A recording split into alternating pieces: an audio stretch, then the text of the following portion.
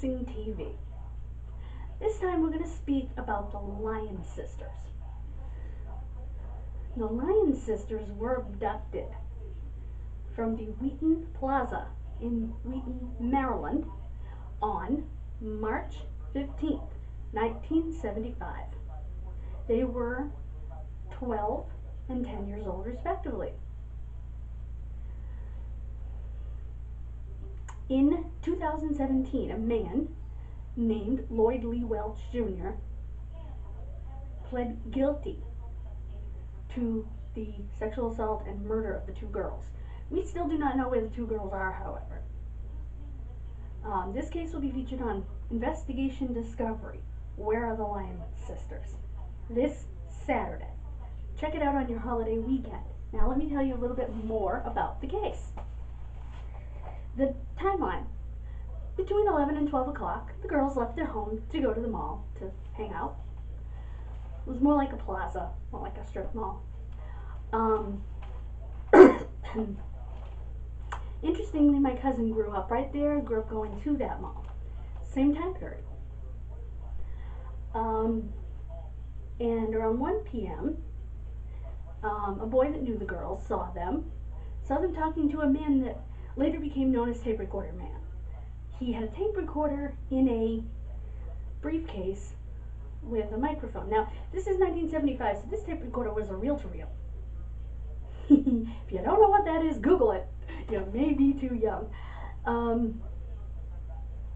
But that's how they described it in various places, as a reel-to-reel. And I know exactly what the old microphones look like because my mother's stereo had one of those old microphones. They're about that big, and you hold on to it. It's plugged in with a wire. Yeah, we're going back. At 2 p.m., their older brother saw them at the same place, the Orange Bowl Pizza Parlor, having pizza. So evidently they didn't leave with Tape Recorder Man, at least not at that point. The girls were seen by another friend who noticed a man with long hair staring at them and spending a little too much time looking at them. So she confronted the man, which I give her credit for because she was only in the girls' age group. Remember, these girls were only 10 and 12. But this place was only a half mile from their house. Between 2 and 2:30 p.m., they were seen walking the best, most direct way back to their home. They never made it. Now, interestingly, the description of the long-haired man that was confronted by the other little girl matches that of Lloyd Lee Welch from the time period. See photo. And so when he came up as a suspect in 2013-14, they realized that they had a match. Tape Recorder Man never materialized. There was another suspect, Howard Coffey. This is a bad dude. This is a horrible dude. This is a child killer, a child molester. Is exactly where he belongs, behind bars in an orange jumpsuit for the rest of his life. Hopefully, they throw away the key to his cell. Because he doesn't belong with the rest of us. I'll tell you that. And he was also considered at one point a suspect because he lived in the area during the time period and because of his known crimes against children. So it is believed that the girls were either burned or buried or something happened to their bodies on a mountaintop in Virginia. Now, this area of Maryland is in the Virginia, Maryland, D.C. sort of tri-area. Can't really call it tri-state because D.C. is not a state yet. And so it's in that area. So they were taken to a mountain in Virginia. Now, there are other people in jail for this case as well.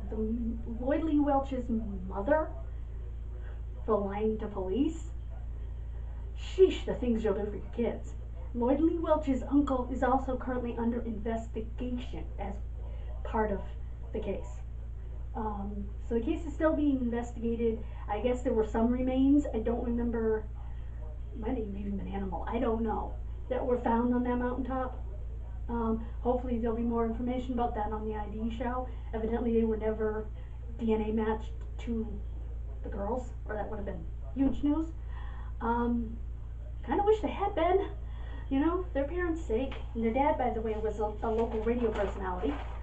I also want to mention that there's another case of two sisters that were abducted. They were abducted in 1956. The reason that I mention them is because they're two sisters similar age.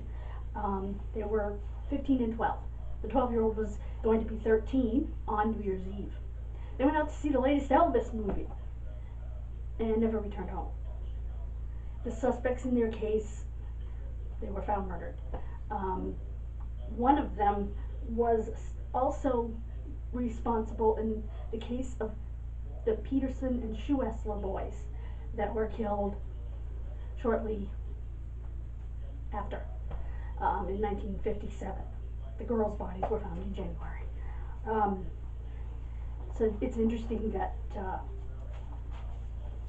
they were connected, and we know they're connected because they were all connected to the same people. Not, and I want to make clear, the Grimes sisters were in Chicago, but they were all connected to the same people, same area. There is a great book about the Peterson-Schuessler case, written by the original detective, by the way. And I would love to put a link in the description to the book if I can find it. I got it from the library, actually, so I don't know whether I can find a link. If I can, I will. I will also put a link to the ID show for the Lyon Sisters, to my blog for the Lyon Sisters.